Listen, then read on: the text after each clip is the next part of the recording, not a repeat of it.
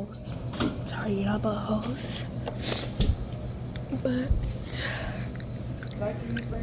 welcome back to Slaying. There's Janice. I'll come and call you and tell you I got it done. If you bring it in right today, I can probably have it started before. She's talking to this I little leave here at 2 o'clock. I can probably start it now twerker. before I leave, and we'll have it in the dryer, and everything will be done.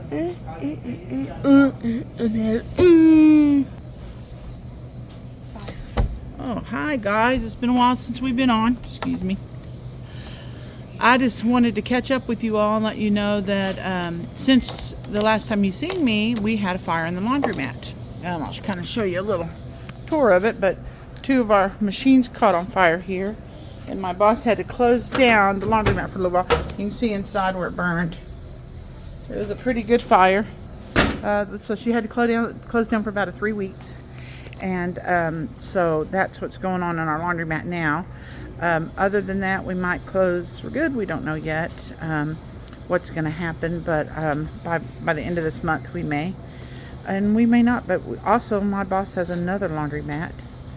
I can't remember the name of that laundromat. I'll get on here and I'll let everybody know what laundromat that is, but it's very cool. She's a very wonderful Christian woman. God really uses her, and anytime you want to just stop by the laundromat and say, hey Dottie, pray for me, by God, that woman will be there to pray for you, and she will be able to teach you and show you the word. She is a super amazing woman. Super amazing Christian woman. God really leads her. Of course, God's pushing me a little bit forward too.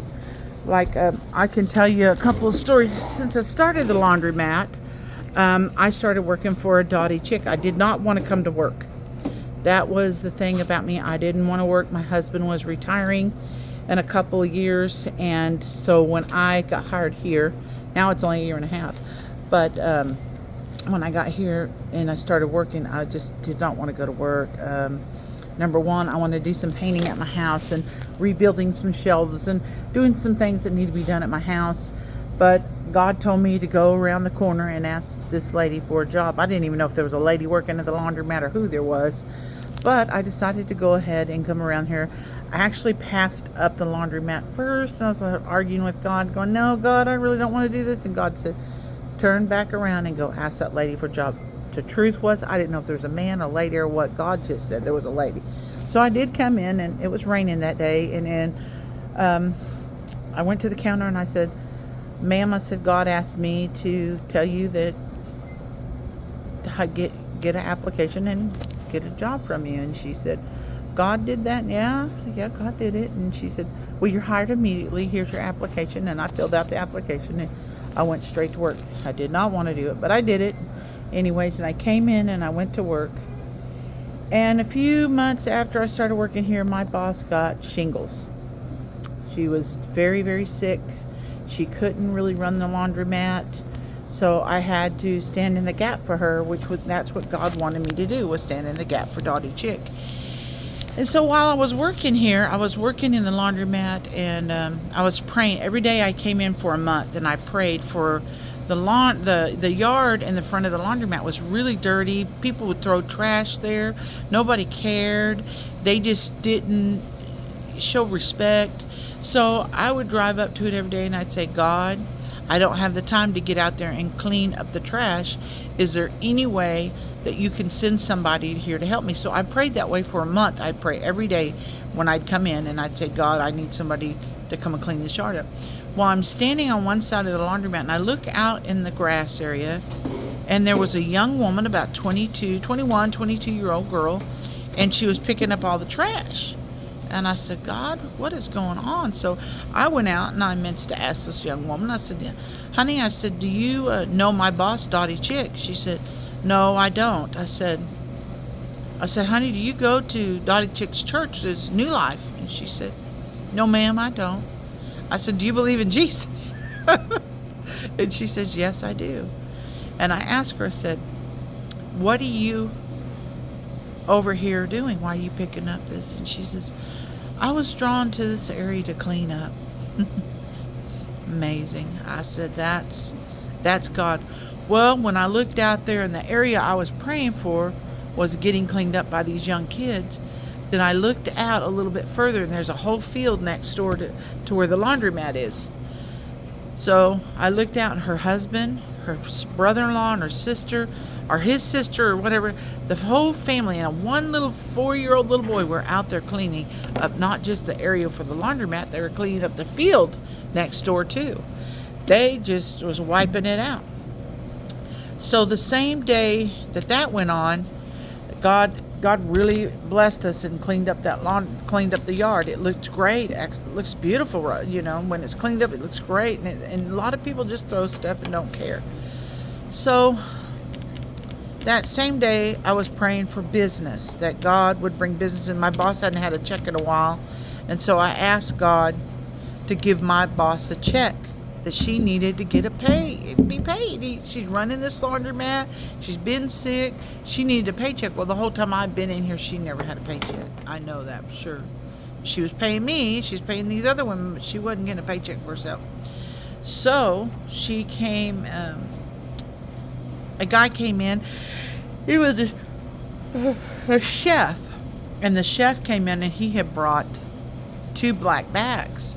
Well, when I came into work, I set those 2 black bags on the table, and I said, God, I just out of the blue, I said, God, what do you want me to do with these? And he says, tie all the apron strings. I said, tie all the apron strings.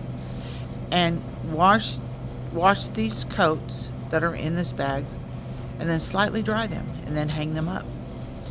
Let me tell you, I opened that bag up, and there was aprons, black and white aprons. So I tied all the apron strings up, and I washed the coats, and I hung each and every one of them up and let them overnight dry. They were absolutely beautiful when I came in the next morning. I bagged them and got them ready for the chef to come and get them. So I called the chef, and I said, Chef, you have...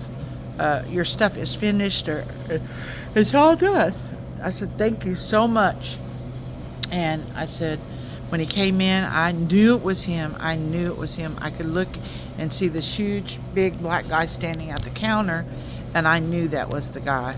I just knew. I don't know how I knew, but I knew.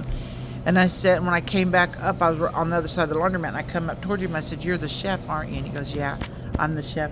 And I came back and he goes, man, those look really good. I said, well, thank you. Me and God did your laundry. And so we got his laundry, put it in the car, and I started talking to him about my boss had shingles. She hadn't received a check in a while, and we really appreciate his business. And he goes, hold on a minute. And he takes $50 out of his pocket, and he goes, can you give this to your boss? And I said, sure. I truly appreciated it. I really knew that God was listening to me then. You know, he listened to me before, but man, he was really listening to me. This day was something else. So that same day that I was working, a young woman comes in here. She's a prisoner.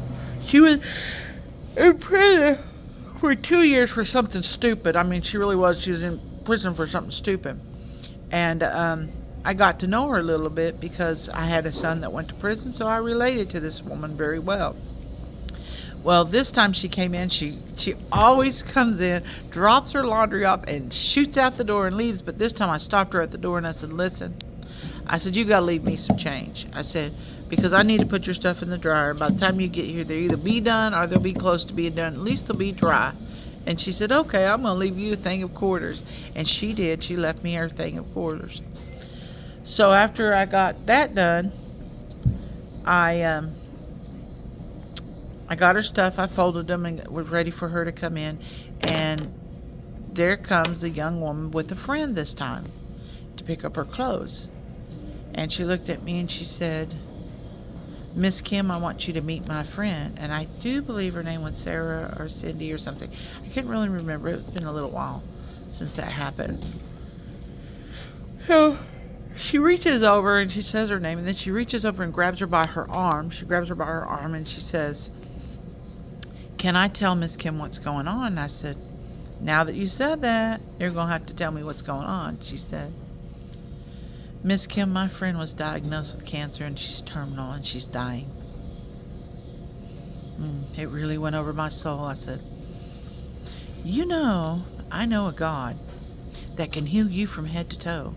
If you will trust him enough and believe in him enough, God can heal you from head to toe. Now, she had terminal cancer. She's dying. And so God just told me to give her a mustard seed. So I took a mustard seed and I anointed it with oil and I put it on her head and I blessed her. And I blessed her and I said, keep this oil. And I gave her a vial of oil and I said, when you're taking a shower, anoint yourself in Jesus' name. And just thank God for your healing. And just expect God to heal you, because God will heal you. Even if it's not here or over there, you're going to be healed. God's going to take care of you. And so the young woman came back to me later on and she said, my friend had both breast augments taken off, but she's going to live. And I knew that then that was God. That was God.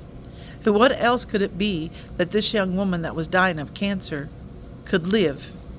But she was terminal. She was dying. They told her she was terminal. That young lady's still living today. She may not have 2 breasts, but by God, she's going today, and she's doing great. Now, she was about 27 years old with 3 little kids. So she was desperate for the help. So God needed to intervene for her. Anyways, I got to go. There's a phone call.